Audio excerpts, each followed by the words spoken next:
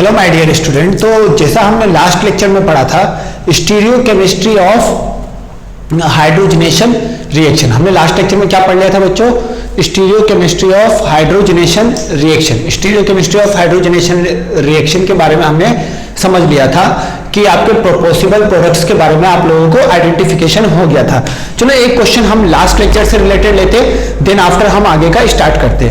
तो सबसे पहले एक क्वेश्चन हम लास्ट लेक्चर से रिलेटेड लेते, जैसे मैंने कोई कंपाउंड बना दिया ये वाला। लास्ट लेक्चर से रिलेटेड एक क्वेश्चन को हमेशा लेंगे बच्चों हम, ताकि हमको ध्यान रहे। यहां पर CH3। अब देखो इसकी रिएक्शन आपको किसके साथ करानी है? निकल PD भी हो सकता है, PT भी हो सकता है, H2 भी हो सकता है, और यहां पर हीट है। ठीक है, अब इसकी रिएक्शन आपको इसके साथ करानी है। देखो कैसे कराएंगे, सोचो, थोड़ा अप्रोच लगाओ। अप्रोच लगाओगे तो आप लोगों को आ जाएगा। देखो कैसे करेंगे बच्चों रिएक्शन को। सबसे पहले CH3 जो आपका वेज पर है, इसकी पोजीशन क्या है बच्चों? आपकी फिक्स कर दी है। इसकी पोजीशन पहले से आपको फिक्स कर दी है। अब हमको हाइड्रोजनेशन कहां कराना होता है बच्चों? डबल बॉन्ड पर। अब डबल बॉन्ड पर मुझे यहां एक हाइड्रोजन को ऐड करना पड़ेगा और यहीं एक हाइड्रोजन को ऐड करना पड़ेगा। या तो मुझे दोनों हाइड्रोजन अंदर से ऐड करने पड़ेंगे, या तो मुझे दोनों हाइड्रोजन बाहर से ऐड करने पड़ेंगे। दो पॉसिबिलिटी है। सिन एडिशन। सिन एडिशन का मतलब या तो इस तरफ से ऐड करो, या तो आप लोग इस तरफ से ऐड करो, या तो वेज से या तो डैश से। तो यहां पर समझने लायक प्रोडक्ट ये है कि इसकी पोजीशन तो हमारी फिक्स है। तो ये तो मैंने बना दिया ऐसे सिंपली, ये मैंने यहां पर ये मैंने बना दिया। देखो यहां पर ये मैंने CH3 बना दिया। देन आफ्टर ये ऐसे, ये ऐसे, ये ऐसे, ये ऐसे, ये ऐसे। ठीक है, यहां पर एक हाइड्रोजन यहां पर जाएगा, एक हाइड्रोजन हमारा यहां पर जाएगा। अब क्या होगा बच्चों यहां पर? देखो अब समझने वाली बात है कि अब ये हाइड्रोजन अगर हमारे दोनों हाइड्रोजन वेज पर आए, दोनों हाइड्रोजन हमारे वेज पर आए। अब देखो यहां पर तो बेटा यहां पर कितने हाइड्रोजन है? यहां पर आप लोग देख पा रहे होंगे कि यहां पर आपके दो हाइड्रोजन है, यहां पर आपके दो हाइड्रोजन है। पहले से एक हाइड्रोजन था, यहां पर एक हाइड्रोजन आया, दो हाइड्रोजन है। तो यहां पर वेज और डैश डिफाइन करने से कोई मतलब नहीं है, क्योंकि वेज और डैश यहां पर कैसे डिफाइन करेंगे? इलेक्ट्रॉन डेंसिटी तो सिमिलर है, तो यहां पर वेज और डैश डिफाइन करने से कोई मतलब नहीं है। तो यहां पर हमको कहां डिफाइन करना पड़ेगा वेज और डैश?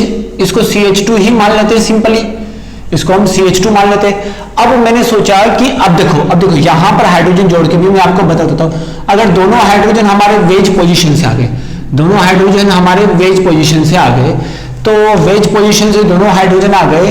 अब मैं बताता हूं यहां पर क्या होगा। जब दोनों हाइड्रोजन हमारे वेज पोजीशन से आ जाएंगे तो क्या हो जाएगा बच्चों? देखो दोनों हाइड्रोजन जब हमारे वेज पोजीशन से आ जाएंगे, थोड़ा सा स्पेस करके बता देता हूं मैं। हाँ, जब दोनों हाइड्रोजन हमारे वेज पोजीशन से आ जाएंगे तो क्या होगा बच्चों? ये आपका CH3, ये आपका CH3। ठीक है, अब ये वाला हाइड्रोजन मान लिया कि ये दोनों हाइड्रोजन वेज से आए, तो ये अपने आप किस पर चला जाएगा बच्चों? डैश पर चला जाएगा। तो ये आपका किस पर चला गया बच्चों? डैश पर। और ये आपका किस पर आ गया बच्चों? वेज पर। ठीक है, ये वाला हाइड्रोजन अगर आपका वेज पर भी आ जाएगा तो कोई फर्क पड़ेगा बच्चों?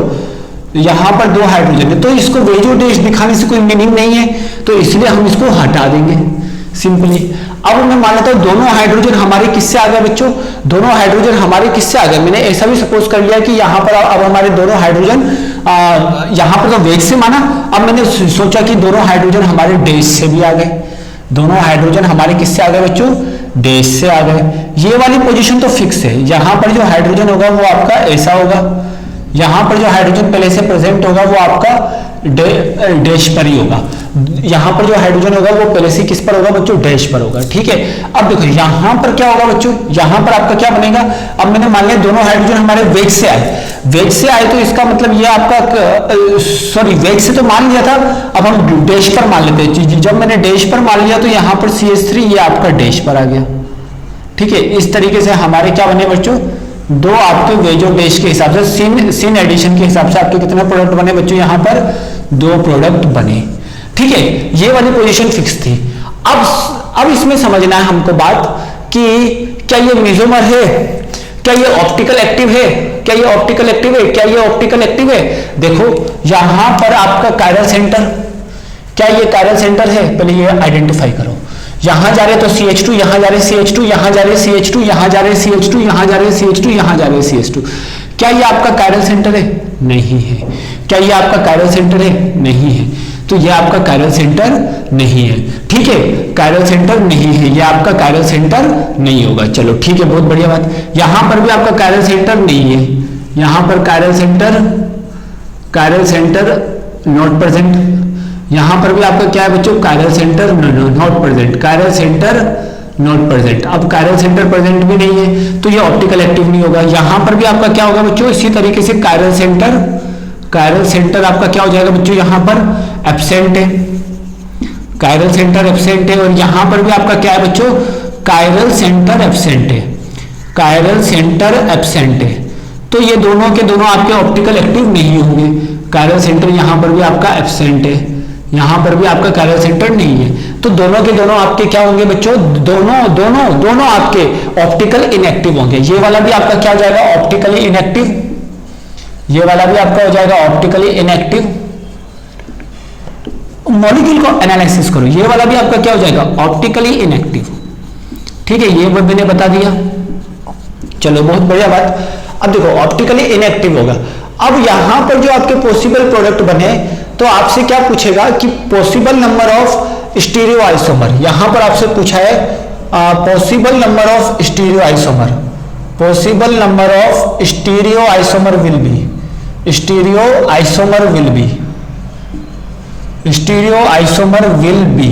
तो यहां पर आपको possible number of stereo isomer पूछा है। तो possible number of stereo isomer आप कैसे निकालोगे बच्चों? बहुत ही ज्यादा इंटरेस्टिंग है, बहुत ही ज्यादा कॉम्प्लिकेटेड रिएक्शन है।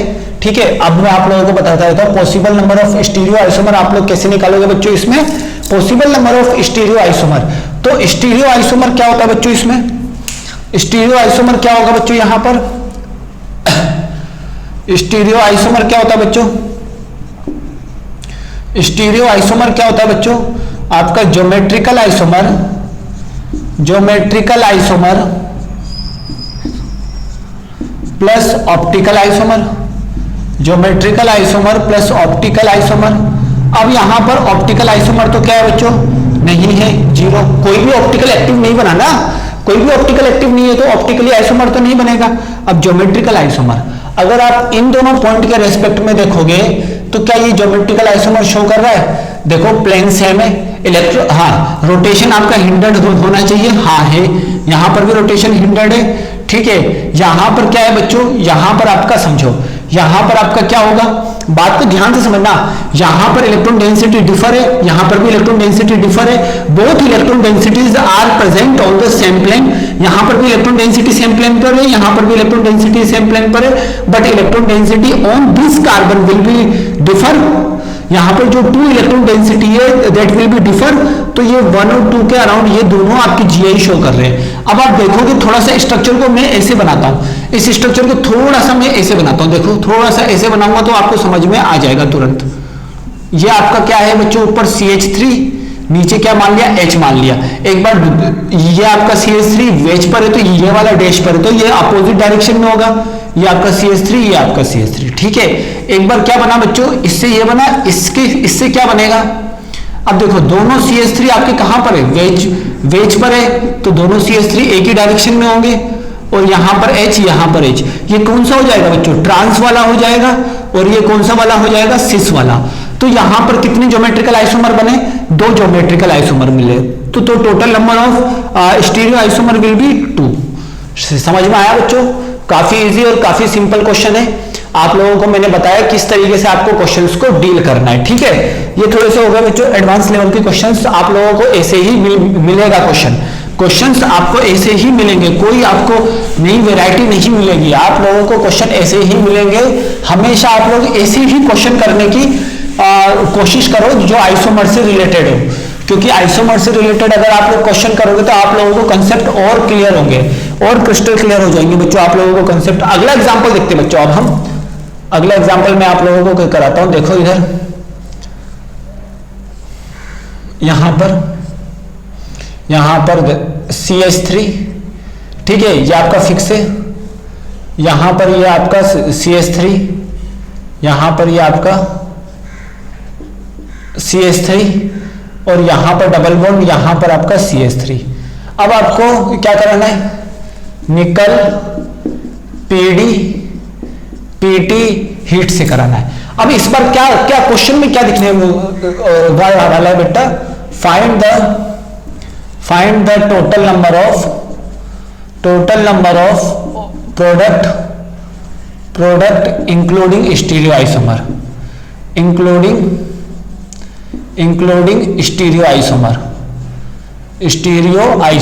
स्टीरियोआइसोमर से रिलेटेड आपको प्रोडक्ट निकालना है। चलो देख लेते हैं। सबसे पहले हम लोग क्या करेंगे, हाइड्रोजनेशन कराना है। हाइड्रोजनेशन कहां से कराएंगे, एक बार यहां पर वेज से कराएंगे, एक बार दोनों इस तरफ से, एक बार दोनों इस डायरेक्शन से कराएंगे। तो कराते हैं, देखो। अब देखो क्या इस बार इस तरफ वाले कार्बन का आपको पोजीशन फिक्स किया हुआ है, नहीं किया हुआ है। इस तरफ वाले का भी फिक्स नहीं किया गया है, इस तरफ वाले का भी फिक्स नहीं किया गया है। मैं एक को फिक्स नहीं कराता, चलो इतना कर लो आप लोग, इतना ही करो, ठीक है। अब देखो यहां पर CH3, यहां पर भी H जुड़ेगा, यहां पर भी H जुड़ेगा। अब मान लो कि दोनों हाइड्रोजन आपके वेज से आए, तो आपके कितने पॉसिबल प्रोडक्ट बनेंगे बच्चों, ये मान लिया मैंने, ये वाला, इसको मैं सिंपल प्रोडक्ट बनाता हूं, ठीक है, पहले, ताकि आप लोगों को समझ में आ जाए, ठीक है। दोनों हाइड्रोजन आपके कहां से आए बच्चों, मैं इसका यहीं पर बनाऊंगा, ठीक है ना। वेज को मैं मानूंगा ऊपर, डैश को मानूंगा मैं नीचे, वेज को ऊपर मानूंगा, डैश को नीचे मानूंगा, ठीक है। तो देख लेते हैं। एक बार मैंने सोचा कि ये मेरा वेज पर है, मैंने सोच लिया, ये फिक्स नहीं है ना, ये फिक्स नहीं है, तो एक बार वेज पर भी मान सकता हूं, एक बार डैश पर भी मान सकता हूं। फिक्स नहीं है तो ये हो गया, ठीक है। एक बार आपका ये आपका किस पर प्रेजेंट होगा, एक बार ये आपका डैश पर प्रेजेंट होगा, साइड वाला कार्बन मान लिया। ये फिक्स नहीं है तो हम लोग मान सकते हैं बच्चों, अगर फिक्स होता तो हम लोग नहीं मानते, ठीक है। ये ऐसा हो गया, चलो ठीक है, यहां तक समझ में आ गया। अब देख लेते हैं यहां पर, ये मैंने माना कि दोनों हाइड्रोजन आपके वेज से आए, दोनों हाइड्रोजन जब आपके वेज से आए तो यहां पर दो हाइड्रोजन है, तो यहां पर कोई रोल ही नहीं है वेज डैश का, रोल यहीं पर आएगा। तो दोनों हाइड्रोजन जब आपके वेज से आएंगे तो ये आपका CH3 कहां होगा, डैश पर होगा, और एक बार आपका वेज पर होगा, ठीक है। एक बार आपका डैश पर होगा और ये आपका एक बार वेज पर होगा, एक बार ये आपका वेज पर होगा, ठीक है। हाइड्रोजन आपका वेज पर होगा, ठीक है। ऐसा मैंने मान लिया, चलो बहुत बढ़िया, बहुत बढ़िया, बहुत इजी क्वेश्चन था, ठीक है। अब मैं मान लेता हूं कि यहां पर दोनों हाइड्रोजन आपके किससे आए बच्चों, आपके किससे आए, दोनों हाइड्रोजन आपके यहां पर डैश से आए। जब दोनों हाइड्रोजन डैश से आए तो एक बार मैंने CH3 को ऐसे माना है, ठीक है, इस पर ही मैंने आपको डैश पर मान लिया, दोनों हाइड्रोजन आपके डैश से आए। और एक बार मैंने ये मान लिया कि ये साइड वाले तो फिक्स नहीं है ना, एक बार साइड वाले के रेस्पेक्ट में, एक बार इसको वेज, एक बार इसको डैश के रेस्पेक्ट में बना लिया, एक बार इसको वेज के रेस्पेक्ट में बना लिया, ठीक है। CH3 और ये आपका H, और यहां पर आपका क्या हो जाएगा, ये आपका डैश से आया है, ऐसा मान लिया, और ये आपका वेज पर है, चलो ठीक है। अब हम देखो, अब हम यहां पर मेरे पॉसिबल 4 प्रोडक्ट बने। अब चारों प्रोडक्ट को एनालिसिस करते हैं।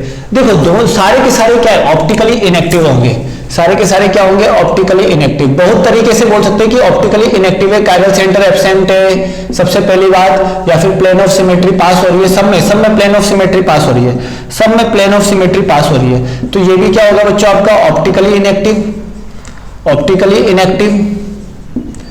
ये भी आपका क्या हो जाएगा, ऑप्टिकली इनएक्टिव। हम कायरल सेंटर भी एब्सेंट है और आपका प्लेन ऑफ सिमेट्री भी पास हो रहा है। कायरल सेंटर, ध्यान रखना, कायरल सेंटर हो और प्लेन ऑफ सिमेट्री नहीं हो, प्लेन ऑफ सिमेट्री एब्सेंट हो और कायरल सेंटर भी हो, तो ये ऑप्टिकली एक्टिव होता है। तो यहां पर भी ये क्या है बच्चों, ऑप्टिकली इनएक्टिव। ये भी क्या है, ऑप्टिकली इनएक्टिव, ऑप्टिकली इनएक्टिव। अब मैं इसका बना देता हूं सिंपल, मैंने वेज को मान लिया ऊपर है, वेज को मैंने मान लिया ऊपर है, ऐसे आप लोगों को समझने में बहुत आसानी होगी। CH3H और यहां पर मैंने मान लिया H और ये CH3, यहां पर मैंने मान लिया ये, यहां पर ये मैंने मान लिया, यहां पर क्या होगा बच्चों, ये CH3 और ये आपका H, यहां पर आपका CH3H, यहां पर ये मैंने मान लिया, ये आपका क्या है बच्चों, ये आपका CH3 नीचे होगा और आपका H ऊपर होगा। यहां पर क्या होगा बच्चों, CH3 नीचे होगा, H ऊपर होगा, ठीक है। अब यहां पर मैंने मान लिया, तो यहां पर क्या होगा बच्चों, यहां पर आपका CH3 ऊपर होगा, H नीचे होगा, यहां पर भी आपका CH3 नीचे होगा और H ऊपर होगा।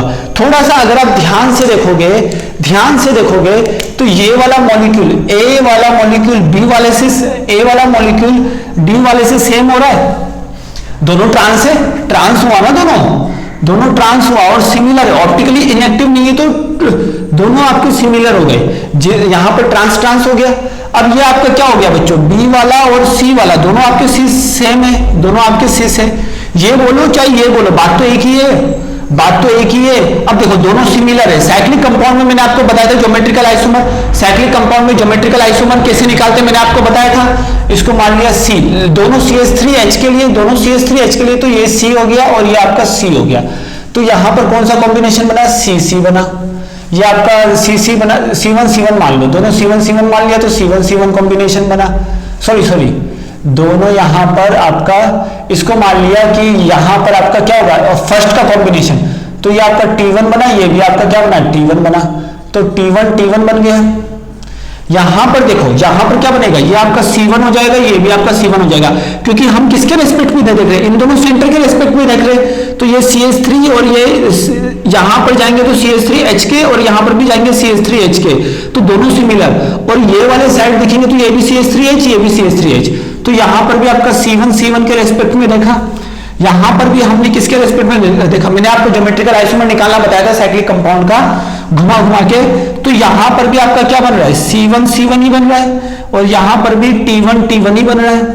तो आपका क्या होता है बच्चों, ये वाला स्ट्रक्चर आपका रिपीटेड हो गया तो इसको नहीं लेना, ये भी आपका रिपीटेड हो गया, इसको नहीं लेना, तो total number of stereoisomer कितना होगा, total number of stereoisomer, बेटा एक बार आप लोग ज्योमेट्रिकल आइसोमर का साइक्लिक कंपाउंड को प्रैक्टिस कर लो, ठीक है। Total number of stereoisomer कितना होगा, geometrical isomer plus optical isomer, अब geometrical isomer plus optical isomer, तो कितने ज्योमेट्रिकल आइसोमर बने बच्चों, इसके 2 बने, और ऑप्टिकल सारे के सारे ऑप्टिकल इनएक्टिव है, तो ऑप्टिकल आइसोमर तो बनेगा नहीं, ऑब्वियसली बात है, तो ऑप्टिकल आइसोमर तो बनेगा ही नहीं किसी का, तो ये 0, तो टोटल कितना आ गया, 2, टोटल कितना आ गया, 2 आ गया, तो इसके कितने कंपाउंड बने, 2 बने। अब देखो स्टीरियो आइसोमर निकालने के लिए सबसे पहले हमको ज्योमेट्रिकल आइसोमर निकालना पड़ता है, हमको क्या निकालना पड़ता है, ध्यान रखना, 4 स्टीरियो आइसोमर, नोट डाल के लिख लो, मैंने वहां पर भी बताया था, नोट 4 स्टीरियो आइसोमर, ध्यान रखना, geometrical isomer can affected optical isomer, geometrical isomer can affected optical isomer, can affected optical isomer,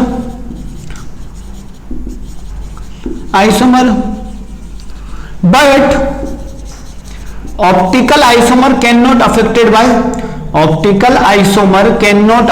by geometrical isomer, can't affected by geometrical isomer, cannot affect, but optical isomer cannot affect geometrical isomer, मतलब आपके geometrical isomer को कोई effect नहीं दे देगा। देखो अगर मैंने geometrical isomer optical isomer पे इफेक्ट करता है, ऑप्टिकल आइसोमर के नंबर के ऊपर इफेक्ट करेगा, लेकिन ऑप्टिकल आइसोमर कभी भी आपके ज्योमेट्रिकल आइसोमर के नंबर पे इफेक्ट नहीं करेगा। तो आप लोग कोशिश करो, सबसे पहले ज्योमेट्रिकल आइसोमर निकाल लो, उसके बाद उसको ऑप्टिकल निकाल लो। अभी तो मैंने इस तरीके से किया है, अब आगे आने वाले क्वेश्चन में मैं सबसे पहले ज्योमेट्रिकल आइसोमर निकालूंगा, उसके बाद ही मैं ऑप्टिकल आइसोमर निकालूंगा। तो मैंने सबसे पहले ज्योमेट्रिकल आइसोमर में अरेंज कर लिया, यहां पर तो मुझे दिख गया है कि ऑप्टिकली इनएक्टिव है, तो इसलिए मैंने सीधा बोल दिया। लेकिन कभी कभी क्या होता है, कंपाउंड आपको ऑप्टिकली एक्टिव भी मिलता है, और ऑप्टिकली एक्टिव मिलने की वजह से आपको क्या होगा बच्चों, यहां पर आपको प्रॉब्लम क्रिएट होगी। ठीक है, तो ध्यान रखना, सबसे पहले हमेशा क्या निकालते बच्चों, ऑप्टिकल आइसोमर। सबसे पहले हमेशा क्या निकालते, सबसे पहले ये वाली, हम पहले ऑप्टिकल आइसोमर कभी नहीं निकालेंगे, हम पहले ज्योमेट्रिकल आइसोमर बनाएंगे। ठीक है, इस क्वेश्चन में तो जनरली था, तो मैंने आप लोगों को बता दिया, लेकिन अब नेक्स्ट टाइम से हम किसको फॉलो करेंगे बच्चों, ये वाले सीक्वेंस को हम लोग यहां पर फॉलो करेंगे। हम लोग पहले ज्योमेट्रिकल आइसोमर निकालेंगे, उसके बाद हम क्या करेंगे बच्चों, ऑप्टिकल आइसोमर निकालेंगे। ठीक है, ठीक है, तो इतना ध्यान रखो आप लोग, काफी अच्छा है, काफी सिंपल है। अब हम चलते हैं बच्चों नेक्स्ट क्वेश्चन पे। नेक्स्ट क्वेश्चन देखते हुए हम आगे की ओर मूव करते हैं ताकि आप लोगों को कंसेप्ट रिवाइज हो जाए। अब आप लोगों को बताया था बच्चों कि आप लोगों के किस किस को रिड्यूस करेगा, किस किस को नहीं करेगा, ये आप लोगों को याद होगा। चलो ठीक है, तो अब देखो यहाँ पे जनरली हमने अभी तक क्या किया था, अभी तक हमने एल्कीन और एल्केन का मतलब हमने अभी तक क्या किया था, हमने अभी तक एल्कीन और एल्काइन का रिडक्शन कराया था। किसमें? एल्केन में। वो किसके थ्रू? निकल H2 के प्रेजेंस में, निकल H2 या फिर मेटल कैटलिस्ट के प्रेजेंस में। तो समझते हैं। अब देखो एल्कीन से एल्केन तो हम बना सकते हैं, एल्कीन से एल्केन में हमने एक डबल बॉन्ड तोड़ा, काफी सही बात है, काफी सही बात है। आप लोगों के माइंड में अभी तक डाउट नहीं आया होगा, मैंने एल्केन निकाल लिया, काफी सही बात है। लेकिन मेरा मन चाहेगा तो अगर मैं एल्काइन से मुझे एल्केन बनाना है, एल्काइन से मुझे क्या बनाना है बच्चों? एल्केन बनाना है। मैंने ये आपका बड़ा क्यों बनाया, आपको अभी समझ में आएगा। एल्काइन से एल्केन बन रहा है निकल कैटलिस्ट के प्रेजेंस में। आपका किसके प्रेजेंस में बन रहा है बच्चों? निकल H2PD के प्रेजेंस में बन रहा है, निकल H2 हीट के प्रेजेंस में। यहां पर PD PT कुछ भी हो सकता है, ठीक है। तो आपका हो जाएगा, एल्काइन से डायरेक्ट एल्केन बनेगा। लेकिन मेरा मन कर रहा है कि मैं तो इससे एल्कीन ही ऑब्टेन करूं, मेरा मन कर रहा है कि इससे मैं केवल और केवल क्या ऑब्टेन करूं? एल्कीन ऑब्टेन करूं। मुझे एल्केन नहीं चाहिए, मुझे क्या चाहिए? एल्कीन चाहिए। तो मुझे क्या करना पड़ेगा? जब भी मैं मेटल कैटलिस्ट डालूंगा तो एल्काइन सीधा एल्केन में कन्वर्ट हो जाएगा। एल्काइन सीधा किस में कन्वर्ट हो जाएगा? एल्केन में। लेकिन मुझे तो कंट्रोल प्रोडक्ट चाहिए, मुझे एल्कीन ही चाहिए। मुझे क्या चाहिए बच्चों? यहां पर एल्कीन ही चाहिए। मुझे यहां पर क्या चाहिए? एल्कीन ही चाहिए। अब एल्कीन को ऑब्टेन करने के लिए मुझे थोड़ा सा दिमाग लगाना पड़ेगा, एल्कीन को ऑब्टेन करने के लिए, कंट्रोल प्रोडक्ट। तो यहां पर मुझे क्या करना पड़ेगा? रिएक्शन को कंट्रोल करना चाहिए, रिएक्शन शुड बी कंट्रोल्ड। यहां पर मुझे रिएक्शन को कंट्रोल करना पड़ेगा। अब रिएक्शन को कंट्रोल कैसे करेंगे? थोड़ा सोचो, थोड़ा अपने लॉजिकली सोचो, रिएक्शन को कंट्रोल कैसे करेंगे? पहला अप्रोच कि अगर मैं इस कैटलिस्ट की रिएक्टिविटी को कम कर दूं, ठीक है, रिएक्शन शुड बी कंट्रोल्ड, ठीक है, बाय इस कैटलिस्ट की रिएक्टिविटी को कम कर दो, by decreasing the reactivity of catalyst. अगर मैं रिएक्टिविटी ऑफ कैटलिस्ट की रिएक्टिविटी को डिक्रीज कर दूं तो मुझे आपको क्या मिल जाएगा? एल्कीन मिल जाएगा। तो अब हम अगला सेगमेंट यही पढ़ने वाले हैं कि रिएक्शन को कंट्रोल करना है, मुझे एल्काइन से एल्कीन ऑब्टेन करना है, ना कि मुझे एल्काइन से एल्केन ऑब्टेन करना है। अगर मैंने निकल पैलेडियम H डाल दिया तो सीधा वो एल्केन ही बनेगा, कंफर्म है। लेकिन मुझे रिएक्शन को कंट्रोल करना है, और कंट्रोल करने के लिए मुझे इसकी रिएक्टिविटी को डिक्रीज करना पड़ेगा। और रिएक्टिविटी को डिक्रीज करने के लिए मुझे क्या करना पड़ेगा बच्चों? पॉइजन डालना पड़ेगा, मतलब पॉइजन ऑफ कैटलिस्ट का पॉइजन डालना पड़ेगा। क्या डालना पड़ेगा? कैटलिस्ट का पॉइजन। और मैंने पहले मैंने जो मैकेनिज्म में लिखा था वो ये वाली लाइन लिखवाई थी, ठीक है। पॉइजन डालना पड़ेगा। पॉइजन कौन कौन से होते हैं बच्चों? CaCO3, BaCO3, BaSO4, ये तीनों आपके पॉइजन होते हैं। अब मुझे ये डालना पड़ेगा। तो देख लेते हैं, अब हम देख लेते हैं कि पॉइजन डाल के कैसे होगा, ठीक है।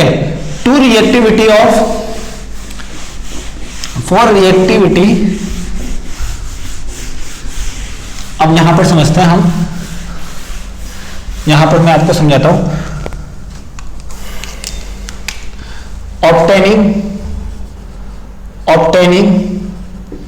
obtaining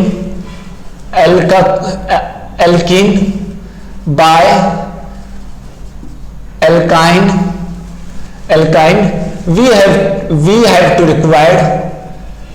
have to decrease the reactivity of decrease the reactivity of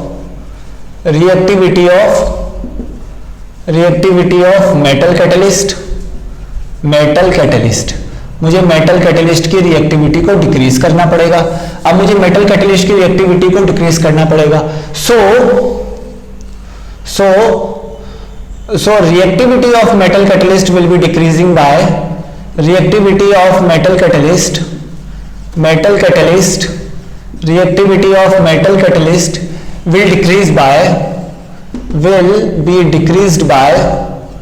will be decreased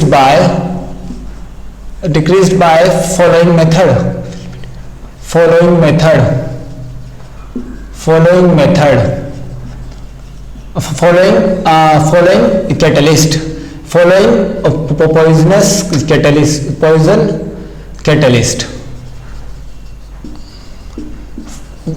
poison of catalyst. सबसे पहला हमने अब हम कैटलिस्ट बताता हूं मैं आपको। पहला कैटलिस्ट यहां पर H2PD BaSO4। अब मैंने BaSO4 कर दिया तो ये आपका क्या होगा, पॉइजन होगा। ये आपका क्या होगा बच्चों, पॉइजन ऑफ कैटलिस्ट। ये आपका क्या होगा, पॉइजन ऑफ कैटलिस्ट। ठीक है, पॉइजन ऑफ कैटलिस्ट। और सेकंड मैंने किया H2PD CaCO3, इसी को भी हम क्या बोलेंगे, पॉइजन ऑफ कैटलिस्ट। इसको भी हम क्या बोलेंगे, पॉइजन ऑफ कैटलिस्ट। ये भी आपका क्या हो जाएगा, पॉइजन ऑफ कैटलिस्ट हो जाएगा। अब हम ध्यान से समझना, जब आपका ऐसा होगा, पीडी क्या है, पीडी क्या है, मेटल सरफेस। पीडी क्या है बेटा, मेटल सरफेस। पीडी क्या है बच्चों, मेटल सरफेस। और ये भी क्या है बच्चों आपका, मेटल सरफेस। ये भी क्या है बच्चों आपका, मेटल सरफेस है, जहां पर आपका हाइड्रोजनेशन रिएक्शन होगा, एड्सॉर्प्शन मैंने आपको बताया था। इसको हम अलग नाम बोलते हैं, इसको हम बोलते हैं रोजेनमुंड कैटलिस्ट। क्या बोलते हैं, रोजेनमुंड कैटलिस्ट। इसको हम क्या बोलते हैं, रोजेनमुंड कैटलिस्ट। और इसको हम क्या बोलते हैं, लिंडलार कैटलिस्ट। क्या बोलते हैं, लिंडलार कैटलिस्ट। तो मैंने अब रिएक्शन को कंट्रोल करना है मुझे। अब देखो पॉइजन डालते ही मुझे क्या मिलेगा बच्चों, यहां पर आपके एल्काइन को ये आपका किस में कन्वर्ट करेगा, एल्कीन में। और ये भी अब आपका एल्काइन को एल्कीन में कन्वर्ट करेगा। लेकिन ये कैसे करेगा, समझना रिएक्टिविटी डिक्रीज कैसे करेगा, समझेंगे। रिएक्टिविटी को डिक्रीज करने का तरीका ये जो देखो, विदाउट पॉइजन विदाउट BaSO4 या फिर CaCO3, दोनों के विदाउट में, तो हाइड्रोजन यहां पर अडियल हो जाएगा। यहां पर आपका हाइड्रोजन आ जाएगा H, बिना उसके तो सारे के सारे आ जाएंगे। लेकिन क्या होगा, विद ये आपका पैलेडियम का सरफेस है, ये आपका पैलेडियम मेटल का सरफेस है। किसका, पैलेडियम मेटल का आपका सरफेस है। बात को ध्यान से समझना बच्चों, बहुत ध्यान से। पैलेडियम मेटल का सरफेस है, ये भी आपका क्या है बच्चों, पैलेडियम मेटल का सरफेस है। पैलेडियम मेटल का आपका क्या है बच्चों, ये भी आपका सरफेस है। ये भी आपका पैलेडियम मेटल का सरफेस है, ये भी आपका पैलेडियम मेटल का सरफेस है। बात क्लियर है। अब मैं BaSO4 CaCO3 समझना, विद BaSO4 एंड CaCO3, मतलब जब मैंने BaSO4 और CaCO3 मिला दिया तो यहां पर जो हाइड्रोजन होगा उसकी जगह कौन कौन आ जाएगा, BaSO4 और CaCO3 भी एडियल हो जाएगा हाइड्रोजन की जगह। तो ये क्या करेगा, ये इसने क्या किया समझना, ठीक है। इसने हाइड्रोजन को सरफेस पे एडियल होने के लिए लेस सरफेस एरिया प्रोवाइड किया। तो BaSO4 एंड CaCO3 आपका क्या करेगा बच्चों, BaSO4 एंड CaCO3 क्या करेगा,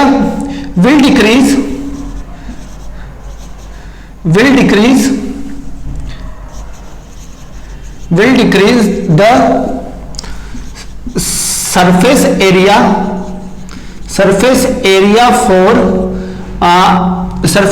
for adsorption of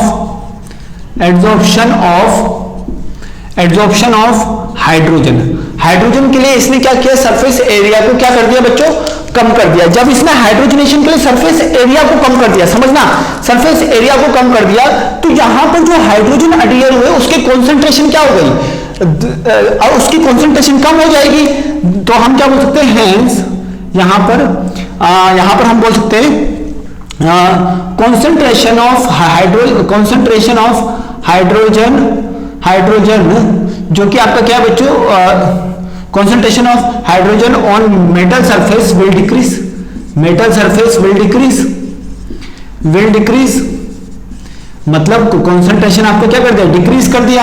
अब कंसंट्रेशन डिक्रीज कर दिया तो यहां पर जो हाइड्रोजन प्रेजेंट होगा इसका मतलब हाइड्रोजन आपका क्या हो गया, लिमिटेड अमाउंट में। So hydrogen will in limited amount, इसका मतलब हाइड्रोजन किसमें होगा, लिमिटेड अमाउंट में होगा। और जब हाइड्रोजन अगर आपका लिमिटेड अमाउंट में होगा तो रिएक्शन आपका एल्काइन से एल्कीन जाएगा, ना कि एल्केन जाएगा। समझ में आया? तो इसका मैकेनिज्म आपको समझ में आया, क्या किया इसने, क्या किया। ये क्वेश्चन जेईई लायक है, ये क्वेश्चन एडवांस के लायक है कि BaSO4 और CaCO3 क्या करता है, BaSO4 और CaCO3 आपका क्या करता है। ठीक है, यहां तक आप लोगों को आई होप कि समझ में आ गया होगा। चलो अब हम इससे रिलेटेड कुछ रिएक्शंस को देखते हैं ताकि आप लोगों को समझ में आ जाए। ठीक है, सबसे पहले अब देखो यहां पर मैं इससे रिलेटेड कुछ रिएक्शन लेता हूं, समझना आप लोग समझना, थोड़ा सा कोशिश करना, समझने का कोशिश करना बच्चों।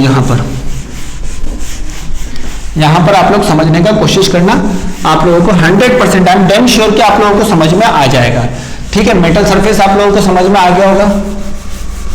देख लेते हैं अब हम मेटल सरफेस वाला देख लेते हैं एक एक करके। यहां पर हाँ ये हो गया। अब देखो यहां पर अब हम समझ लेते हैं एक एक करके।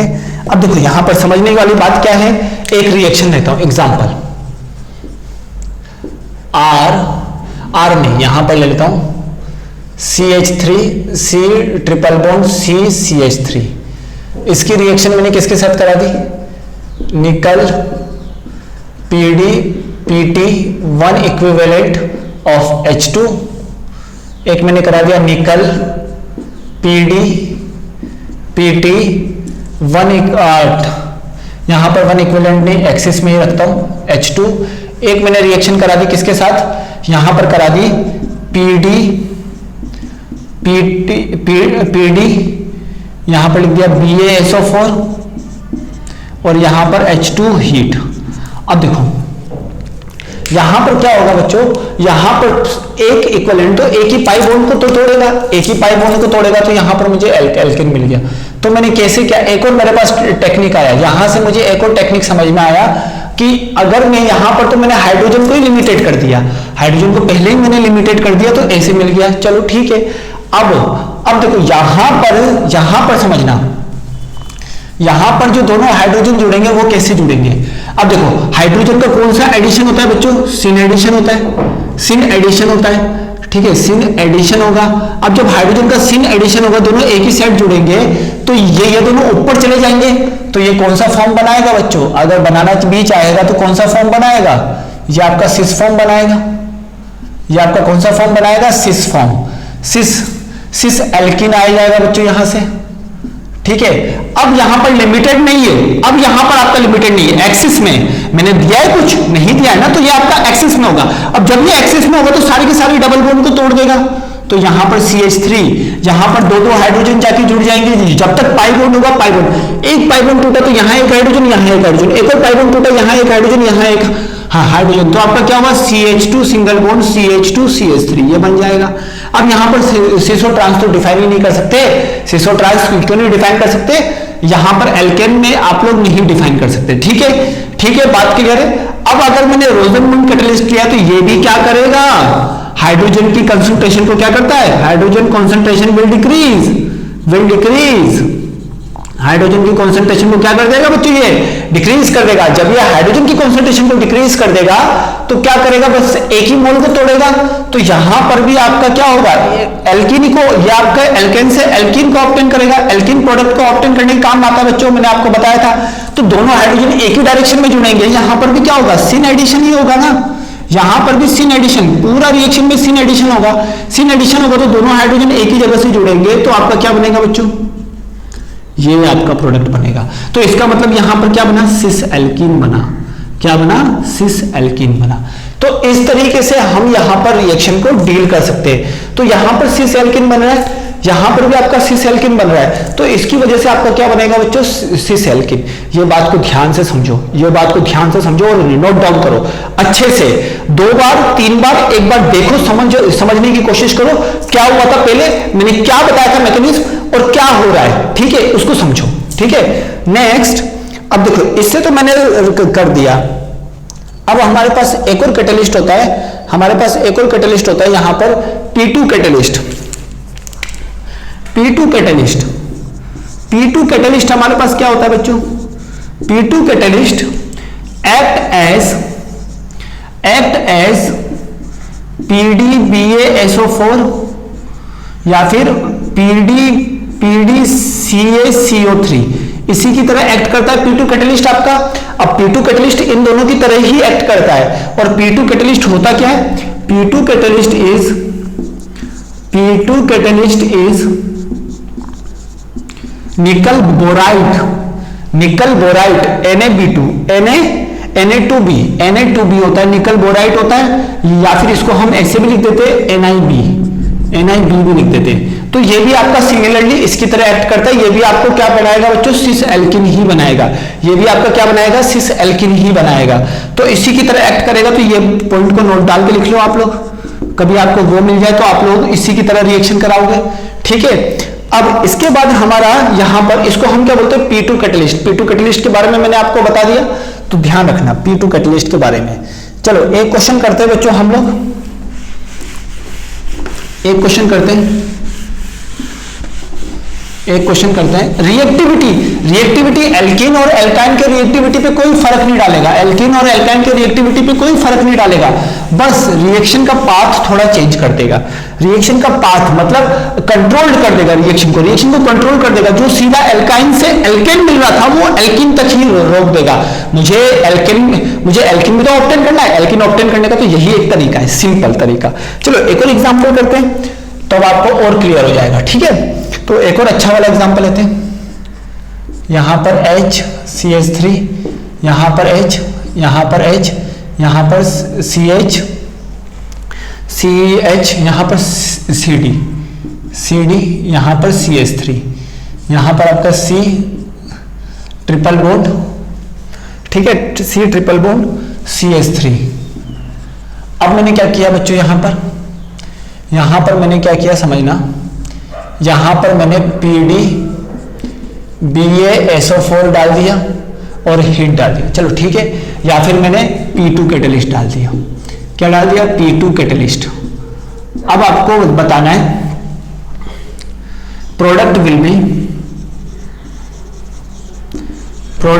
बी फर्स्ट ऑप्शन है ऑप्टिकली एक्टिव, सेकेंड ऑप्शन है optically inactive.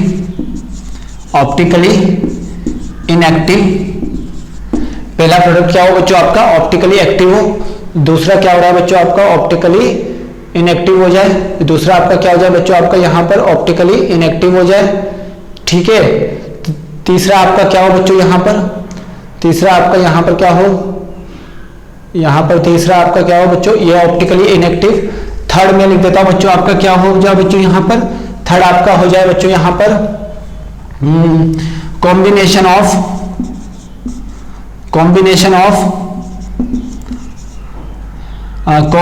Of optically active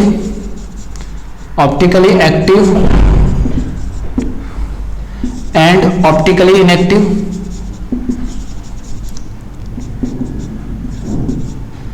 ठीक है, और फोर्थ आपका है option reactant is optically active. तो ये 4 ऑप्शन दिए हुए हैं, ठीक है ना, 4 ऑप्शन आप लोगों को दिए हुए हैं, ठीक है। तो काफी इजी है, देख लेते हैं। अब हम समझते हैं, देखो क्या यहां पर कोई कायरल सेंटर है, देखो सबसे पहले, ठीक है, ये कायरल सेंटर है। क्या यहां से पीओ स्टार्टिंग तो सिमिलर है, नहीं है ना, नहीं है, तो ये कायरल सेंटर है। देखो एक इलेक्ट्रॉन डेंसिटी डी है, एक ट्रिपल बॉन्ड वाला है, एक डबल बॉन्ड वाला है, एक CH3 है, तो रिएक्टेंट आपका ऑप्टिकली एक्टिव है, ऑब्वियसली बात है, पक्का। अब जैसे ही मैंने P2PD किया तो आपका एल्काइन का रिएक्टिविटी ज्यादा होता है एज कंपेयर टू एल्कीन। तो रिएक्टिविटी हमेशा किसकी ज्यादा होती है बच्चों? रिएक्टिविटी तो हमेशा आपकी किसकी ज्यादा होगी? एल्काइन की रिएक्टिविटी ज्यादा होगी आपकी किससे बच्चों? एल्कीन से। एल्काइन की रिएक्टिविटी आपके एल्कीन से ज्यादा होगी। जब आपके एल्काइन की रिएक्टिविटी ज्यादा एल्कीन से होगी और PDBaSO4 क्या करता है? एल्काइन को एल्केन में कन्वर्ट करता है। और कौन से वाले एल्केन में? सिस वाले एल्केन में। कौन से वाले एल्केन में कन्वर्ट करेगा बच्चों? सिस वाले एल्केन में, ठीक है। तो अगर ये आपके सिस वाले एल्केन में कन्वर्ट करेगा तो यहां पर क्या हो जाएगा? यहां पर आपका इस तरीके से बन जाएगा प्रोडक्ट CD, यहां पर CH3, यहां पर आपका C। अब ये कौन से वाले एल्केन में कन्वर्ट करेगा? ट्रांस या सिस? या आपका सिस वाले में। तो दोनों ऊपर से आ जाएंगे, दोनों ऊपर से आ जाएंगे। अब दोनों ऊपर से आ जाएंगे तो क्या हो जाएगा बच्चों? यहां पर दोनों H ऊपर से आ गए, तो ये क्या हो गया बच्चों? देखो ये भी आपका सिस फॉर्म है, ये भी आपका सिस फॉर्म है, ठीक है। सिस फॉर्म है, सिस फॉर्म है, दोनों इलेक्ट्रॉन डेंसिटी क्या हो गई? सेम हो गई। तो ये क्या आप कायरल सेंटर बचा? Now it is not a chiral centre, now it is not a chiral centre. ये अब आपका कायरल सेंटर नहीं रहा। Now it is not a chiral centre, अब ये कायरल सेंटर नहीं रहा। तो कंपाउंड क्या हो गया बच्चों? Optically inactive. समझ में आ गया? प्रोडक्ट आपका क्या हो जाएगा बच्चों? Optically inactive. तो आपको रिएक्शन में पता पड़ गया है कि ये आपका शुरुआत में ऑप्टिकली एक्टिव था, अब बाद में क्या हो गया? ऑप्टिकली इनएक्टिव हो गया। अब बाद में क्या हो गया बच्चों? आपका ऑप्टिकली इनएक्टिव हो गया है, ठीक है। आई होप सो कि आपको अब समझ में आ गया होगा। चलो एक और क्वेश्चन करते हैं इसी से रिलेटेड। मैं ऑप्शन को चेंज कर देता हूं, ऑप्शन को चेंज कर देता हूं यहां पर, ठीक है। ऑप्शन को चेंज कर देता हूं यहां पर मैं आपको बता देता हूं, यहां पर ऑप्शन को चेंज कर देता हूं और इसको मैं चेंज कर देता हूं। इसको मैं यहां पर CH3 कर दिया और यहां पर H कर दिया। बहुत अच्छा क्वेश्चन है, बहुत अच्छा क्वेश्चन है बच्चों, ये बहुत ही ज्यादा अच्छा क्वेश्चन है। अब जो क्वेश्चन करा रहा हूं वो ज्यादा ही अच्छे लेवल का, स्टैंडर्ड लेवल का क्वेश्चन है, ठीक है। ए ऑप्शन है इन प्रोडक्ट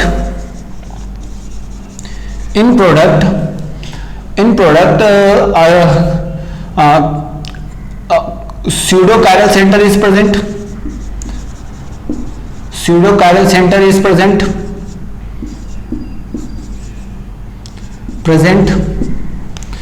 बी ऑप्शन है in product pseudo chiral center is absent, pseudo chiral center is absent। CA product is optically active, product is optically active। और यहां पर D आपका है reactant is optically active। अब आपको समझना है ये सही, ठीक है। अब देखो यहां पर मैंने इसको, यहां पर अब आप समझ सकते हो कि अब मुझे यहां पर ये कायरल सेंटर था, ये वाला तो अब बात आप लोगों को समझ में आ गई होगी, ठीक है। ये वाली बात तो आप लोगों को समझ में आ गई होगी, ठीक है। अब यहां पर जो ये करेगा सिस में कन्वर्ट करेगा, तो यहां पर आपका क्या बना? यहां पर देख लो, थोड़ा सा देख लो, थोड़ा सा समझ लो, अच्छे बच्चे मन के सच्चे, थोड़ा सा समझने की कोशिश करो। तो यहां पर आपका क्या बना?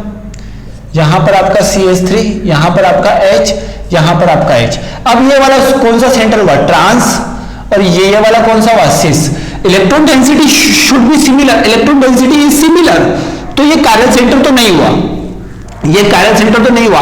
लेकिन जो इलेक्ट्रॉन डेंसिटी है जो सिमिलर है उसका कॉन्फ़िगरेशन बदल गया। तो configuration of electron density, configuration of same electron density is differ, density same electron density is differ. और इलेक्ट्रॉन डेंसिटी आपकी सेम इलेक्ट्रॉन डेंसिटी की अगर आपकी कॉन्फ़िगरेशन, इसको कॉन्फ़िगरेशन लिख लो,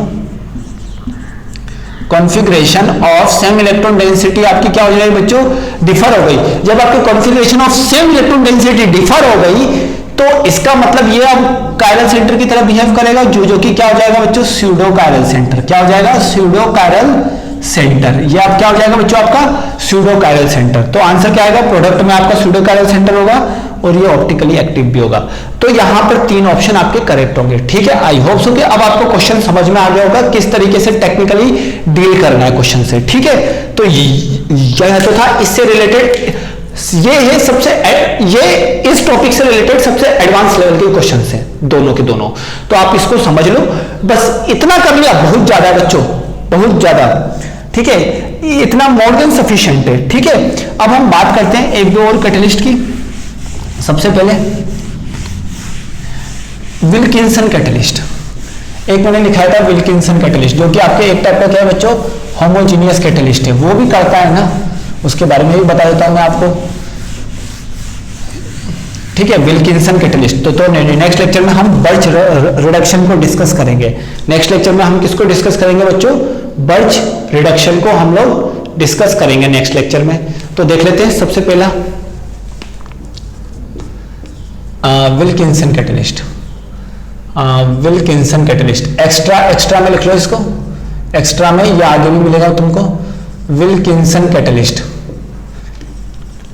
विल्किंसन कैटलिस्ट क्या होता है बच्चों, this is a type of the homogeneous catalyst. ये एक क्या है बच्चों, होमोजीनियस कैटालिसिस कराएगा। क्या कराएगा, होमोजीनियस कैटलिस्ट। होमोजीनियस कैटलिस्ट होगा, होमोजीनियस कैटलिस्ट होगा विल्किंसन कैटलिस्ट। विल्किंसन कैटलिस्ट आपका एक टाइप का क्या होगा, होमोजीनियस कैटलिस्ट। अब ये करता क्या है, अब ये करता क्या है, use to reduce alkene and alkyne in presence of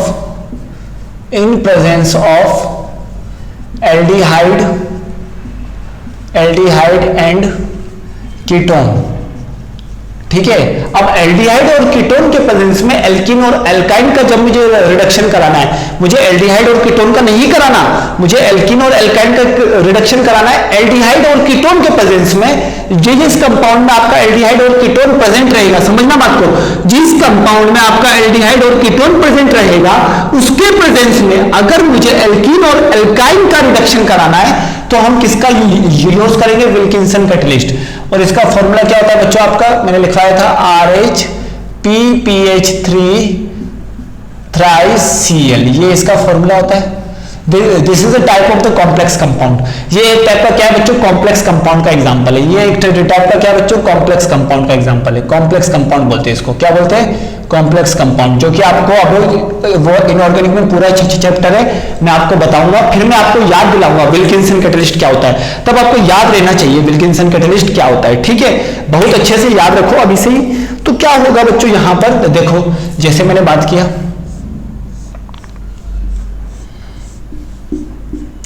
benzene का तो वैसे ही नहीं करेगा, ये एल्डिहाइड है और यहां पर CH डबल बॉन्ड CH2 है। अब मैंने इसकी रिएक्शन किसके साथ करा दी, एक बार मैंने निकल PT के साथ हीट के प्रेजेंस में करा दिया, एक बार इसकी रिएक्शन मैंने करा दी विल्किंसन कैटलिस्ट के प्रेजेंस में। विल्किंसन कैटलिस्ट के प्रेजेंस में मतलब RHPPH3 3Cl इसके प्रेजेंस में करा दिया। तो क्या होगा, देखो यहां पर निकल पैलेडियम प्लेटिनम आपके एल्डिहाइड को भी रिड्यूस करता है कि नहीं करता। बेंजीन को तो ज्यादा हाई टेम्परेचर पे करेगा। अभी मैंने हाई टेम्परेचर का कंडीशन ले लिया, यहां पर अभी मैंने हाई टेम्परेचर का कंडीशन नहीं लिया।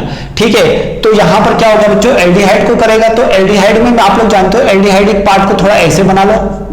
अब ये पाई बॉन्ड टूटेगा तो यहां H आएगा, यहां H आएगा, तो क्या बनेगा बच्चों, देख लो यहां पर क्या बनेगा, इसको भी करेगा तो यहां पर ये एक पाई बॉन्ड टूटा तो दोनों जगह हाइड्रोजन, और यहां पर एक पाई बॉन्ड टूटा तो दोनों जगह हाइड्रोजन, तो ये आपका बन जाएगा CH2OH इसके प्रेजेंस में। बट विल्किंसन कैटलिस्ट इसको छोड़ देगा, इसको ही कराएगा, तो क्या बन जाएगा बच्चों आपका, देख सकते हो आप लोग,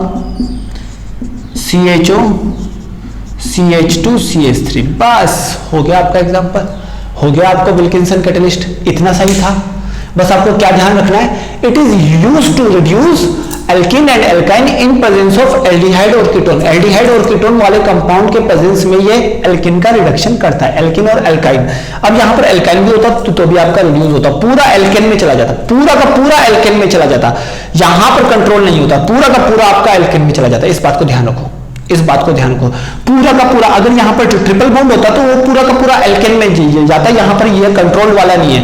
कंट्रोल वाला मैंने पहले बताया, ये वाला आपका कंट्रोल्ड वाला नहीं है, ये वाला आपका कंट्रोल्ड वाला नहीं है। बात समझ में आई? बात समझ में आई? काफी इजी है, ठीक है। अब देखो, अब देखो यहां पर, अब मेरा मन कर रहा है, अब मेरा मन एक और कर रहा है कि मैं इसको ना करा के केवल इसको ही करूं। ऐसा भी तो हो सकता है, इसको ना करा के इसको ही करूं। तो क्या होगा कि मैं यहीं पर बताता हूं आप लोगों को, इसको ना करा के इसको ही कराऊं तो यहां पर क्या होगा, एक आपका 9BBN नाम का कैटलिस्ट होगा। क्या होगा? 9BBN नाम का कैटलिस्ट होगा। इसका क्या होगा? 9-बाइसाइक्लोलिनोनेन। 9 इसको बोलेंगे बोरा बाइसाइक्लोनोनेन, बाइसाइक्लोनोनेन, 9-बोरा बाइसाइक्लोनोनेन। ये हो जाएगा 9-बोरा बाइसाइक्लोनोनेन। ये इसका हो जाएगा, बाइसाइक्लो कंपाउंड है। आपसे पूछ सकता है कि 9-बोरा bicyclo compound is what, 9BBN is what, bicyclo, spiro या फिर सिंगल साइक्लिक कंपाउंड। तो आप लोग क्या बोलोगे? Bicyclo compound. कौन सा? Bicyclo compound. यहां से भी क्वेश्चन पूछ सकता है, यहां से भी क्वेश्चन पूछ सकता है। जेई है बेटा, ये वाला क्वेश्चन भी पूछ सकता है। 9-बोरा बाइसाइक्लो कंपाउंड करता क्या है, इसके बारे में मैं यहीं पर बता देता हूं आपको। स्टार लगा लेना बेटा। अब मेरा मन कर रहा है कि मैं इसको छोड़ दूं और इसको करूं। अभी तक निकल ने क्या किया था, इसको किया था, ठीक है। और विल्किंसन ने क्या किया था, इसको छोड़ा, इसको किया। अब 9-बोरा बाइसाइक्लो क्या करेगा, इसको छोड़ेगा, इसको करेगा। सिंपल, सिमिलर, निकल की तरह ही करेगा, निकल की तरह ही करेगा। यहां पर H तोड़ेगा, OH लगा देगा। H तो तोड़ेगा, यहां पर पाई बॉन्ड तोड़ेगा, यहां H लगा देगा, यहां H लगा देगा। तो क्या बनेगा? 9-बोरा बाइसाइक्लो। यहां पर एल्कीन को तो नहीं करेगा, तो यहां पर CH2OH। तो इसका काम क्या है? रिड्यूस एल्डिहाइड एंड कीटोन, ठीक है, use to reduce aldehyde and ketone. ये एल्डिहाइड और कीटोन को रिड्यूस करेगा, केवल और केवल एल्डिहाइड और कीटोन को रिड्यूस करेगा। और ये काफी ज्यादा एडवांस के पॉइंट ऑफ व्यू से बहुत ज्यादा इंपॉर्टेंट है, मोस्ट इंपॉर्टेंट। ये दोनों आपके एडवांस के पॉइंट ऑफ व्यू से बहुत ज्यादा इंपॉर्टेंट है। इस बात को ध्यान रखो, एडवांस के पॉइंट ऑफ व्यू से ये दोनों रिएक्शन आपके काफी ज्यादा इंपॉर्टेंट है। और मैं तो दूंगा। और आप लोग डीपीपी कंटिन्यूअस करते रहो, डीपीपी आप लोग कंटिन्यूअस करते रहो, ठीक है। इतना आप लोग आज अभी तक कर लो अच्छे से। रिएक्शन सारे के सारे आप लोग अच्छे से याद कर लो, ठीक है। सिंपल है रिएक्शन, अच्छे से याद कर लो, ठीक है। इतना आप लोग अच्छे से कर लो। अब मैं एक और बता देता हूं आप लोगों को, बर्च रिडक्शन। एक और मैं आप लोगों को बता देता हूं बर्च रिडक्शन। तो मैं आप लोगों को बता देता हूं यहां पर बर्च रिडक्शन। तो बर्च रिडक्शन के बारे में आप लोगों ने पढ़ा था किसके, कहां पर बच्चों? एस ब्लॉक एलिमेंट में। तो अभी जो मैं बोल रहा हूं एस ब्लॉक एलिमेंट का वो वाला सेगमेंट आप लोग अच्छे से याद कर लेना, वो वाला सेगमेंट आप लोग अच्छे से याद कर लेना। एस ब्लॉक एलिमेंट कौन सा बताया था? Metal liquid ammonia, metal liquid ammonia बताया था ना बच्चों मैंने। मेटल लिक्विड अमोनिया मैंने बर्च रिडक्शन में बताया था, metal liquid ammonia, metal liquid ammonia. तो बर्च रिडक्शन के लिए आपका जो कैटलिस्ट होता है वो क्या होता है बच्चों? बर्च रिडक्शन के लिए जो आपका कैटलिस्ट होगा बच्चों वो क्या होगा? Metal plus liquid ammonia, metal plus liquid ammonia. तो ये आपका होगा, ठीक है। बहुत बढ़िया, बहुत सिंपल। क्या होता है जनरली मेटल जो होता है आपका, यहां पर मेटल कौन कौन से होंगे?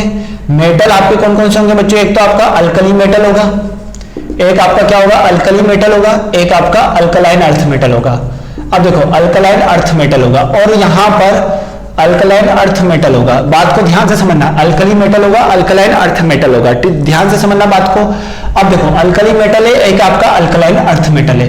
बर्च रिडक्शन में तो क्या होता है, हमारा मेटल क्या होता है, हमारा मेटल जब अमोनिया के साथ रिएक्शन करता है तो क्या बनाता है बच्चों, यहां पर हमारा बनाता है metal ammonia complex, metal ammonia compound, metal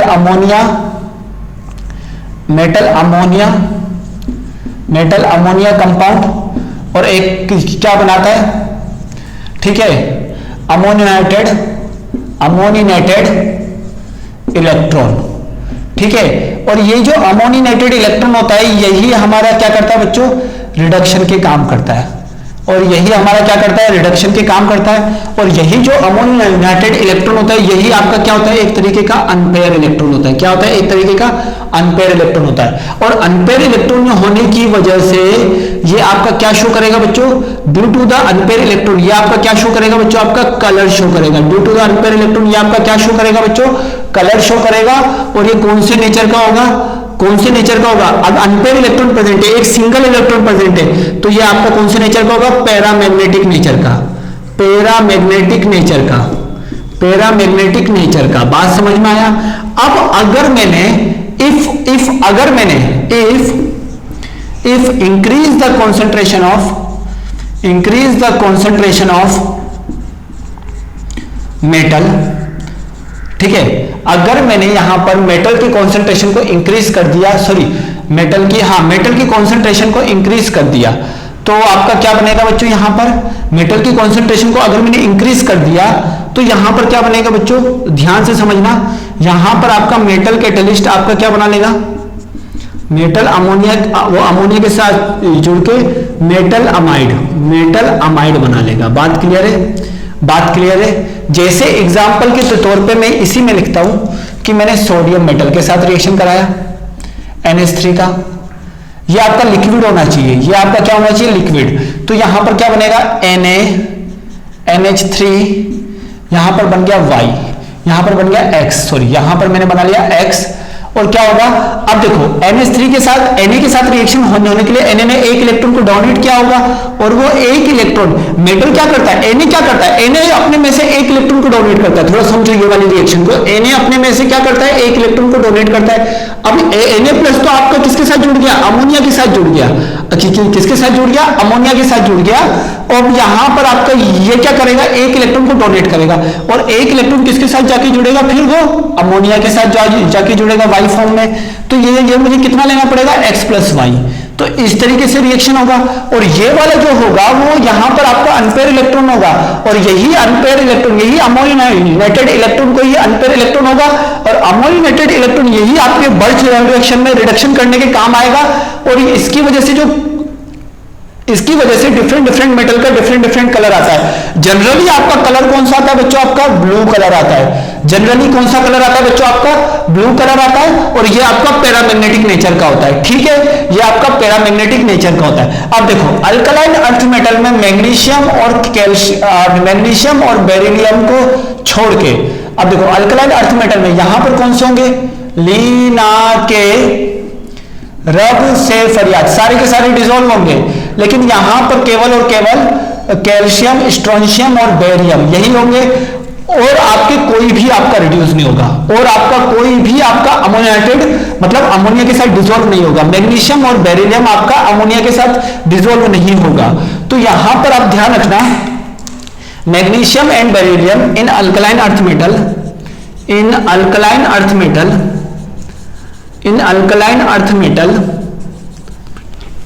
magnesium and beryllium cannot dissolved in ammonia, why, liquid ammonia, इसको लिख लो, cannot dissolve in liquid ammonia. why, reason है, देखो मैग्नीशियम का साइज क्या है, छोटा। मैग्नीशियम का साइज क्या है बच्चों, इसका साइज भी स्मॉल है, और देखो इसका क्या होगा 1:2:2, ठीक है। और बेरिलियम का भी क्या होगा बच्चों 1:2 होगा, ठीक है, 1:2:2, ठीक है, इसका क्या होगा 1:2:2, 12 होते ना इलेक्ट्रॉन, 1:2:2, 2p6 3s2। अब आप देखोगे कि यहां पर कॉन्फ़िगरेशन कैसा है, यहां पर आपका फुल फील्ड कॉन्फ़िगरेशन है, और फुल फील्ड कॉन्फ़िगरेशन का आपका आयोनाइजेशन एनर्जी क्या होता है बच्चों, हाई होता है। यहां पर भी आपका क्या है बच्चों, फुल फील्ड कॉन्फ़िगरेशन है, फुल फील्ड इलेक्ट्रॉनिक कॉन्फ़िगरेशन है। अब फुल फील्ड इलेक्ट्रॉनिक कॉन्फ़िगरेशन का आयोनाइजेशन वो एनर्जी क्या होता है, हाई होता है पहले से। फुल फील्ड इलेक्ट्रॉनिक कॉन्फ़िगरेशन का क्या होता है बच्चों, आयोनाइजेशन एनर्जी इज हाई, ठीक है।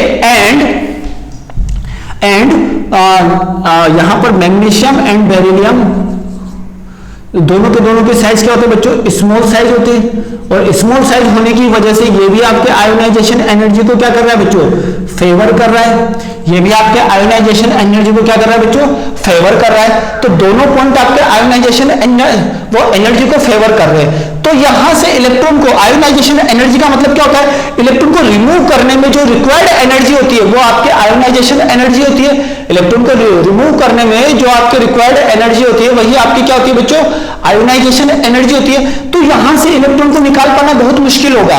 जब यहां से इलेक्ट्रॉन को निकाल पाना बहुत मुश्किल होगा तो आप समझ पा रहे होंगे कि Mg से इलेक्ट्रॉन को निकालना बहुत मुश्किल होगा, तो Mg+2 बनाना भी बहुत मुश्किल होगा, और बेरिलियम से Be+2 भी बनाना बहुत मुश्किल होगा।